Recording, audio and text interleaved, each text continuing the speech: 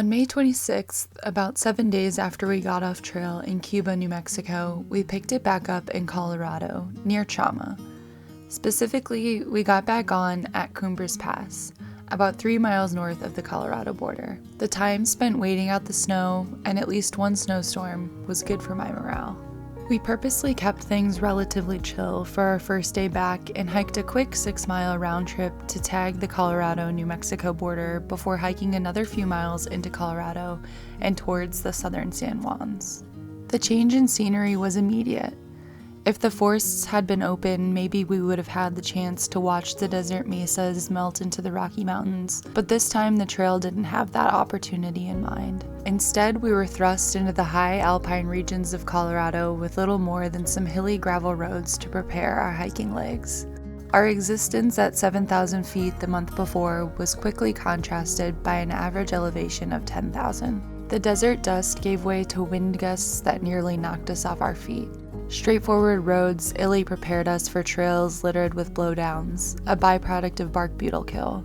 But all of that was yet to come. If I'm being frank, this whole section of trail was one of the hardest weeks of backpacking I've ever done. Absolutely stunning and equally brutal. We awoke the next morning with frost on our sleeping bags. I was apprehensive as we hadn't yet seen snow and we weren't sure what the day would hold. It didn't take long for snowfields to appear en masse. I took comfort in my newfound ability to shoe ski the downhills, and I hoped my sliding would remain strictly voluntary. The wind was relentless, and as a result, audio was hard to capture. As you can see, we are officially hiking in Colorado.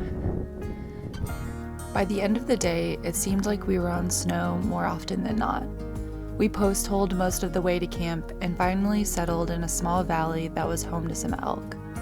We bedded down where they may have in the past, and the wind whipped around us from every direction, indifferent to our desperate need for sleep. At high altitude and in high spirits, Kin and I began the first and steepest of the day's climbs. I sucked air all the way up what felt like a pointless climb. The resulting traverse across a snowfield was the first test of our snow hiking experience, and it was not for the faint of heart. It wasn't the steepest we'd encountered, but it was the steepest so far, and it was a fairly high consequence slide. At the end, we ran into DG and Franzia and decompressed over a late lunch. We eventually made our way to the first of 3 passes we had to climb that day, and I took plenty of breaks. Once over the first pass, we only had about half a mile to the second, so the descent and resulting gain was minimal. The other side of the second pass, however, revealed an incredibly long and steep descent. I stopped to assess the opportunity for a long glissade and eventually took my pack off to get out my sleeping pad for butt protection. Before I could sit on it though, it was stolen by the wind and whipped halfway up the mountain. I ran after it, crashing through rocks and snow, getting what might have been the hardest workout of my life to date. Finally, I began my slide down the mountain. The top is like that little dip, and you can see this line. We glissaded down all of that, and then walked this way. It was nuts.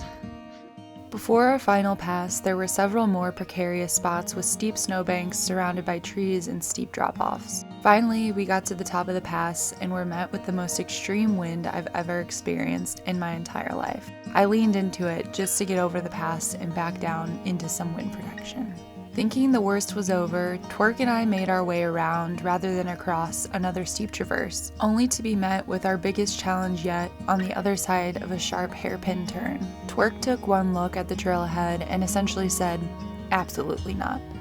I took a few steps and my gut agreed. After reading far out comments and scouring the topos, I ascertained that we could take a dry route down the mountain and hopefully meet back up with the CDT.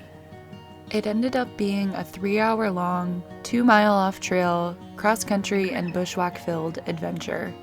The type of thing Type 2 fun is named after.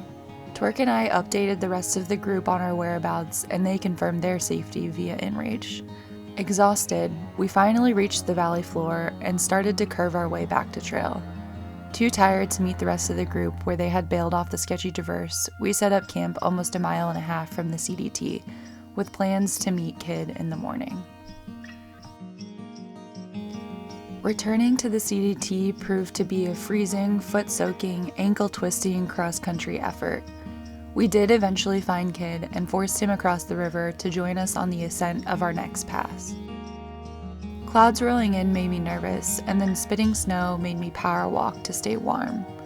We walked along and over snowfields at 12,000 feet until we began to traverse another basin.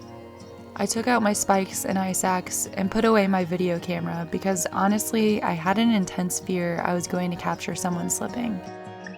After 3 different spots that raised my heart rate significantly, we met DG and Franzia at a stream once again, and shortly after began an easy descent to Elwood Pass, marked only by the occasional post hole. After a break at Elwood Pass, we continued on to camp with cloudy skies. It started to snow on our way there, and when we finally arrived, it was all we could do to find a spot even semi-protected from the wind. It snowed all night, but the tree didn't fall on us. That's dead that we camped next to. The tent stayed up. We only have 12 miles to town. Yeah. I'm so puffy.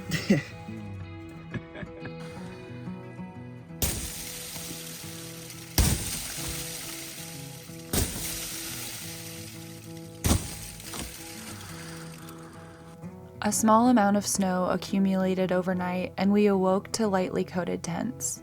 I enjoyed the warmth of my sleeping bag for too long before finally enduring the outside temperature of 28 degrees.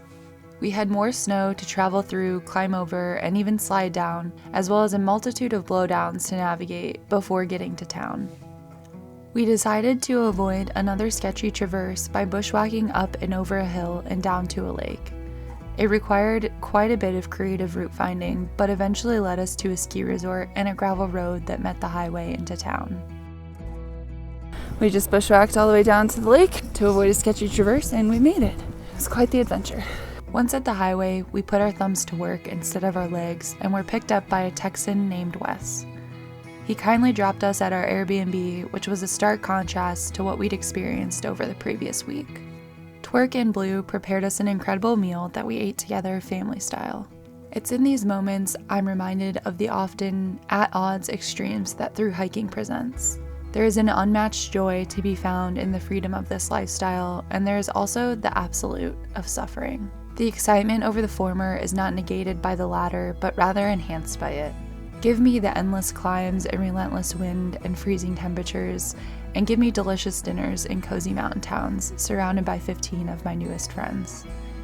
I find solace both in the company of others who choose such a lifestyle and in the lifestyle itself, and I wouldn't trade either extreme for anything.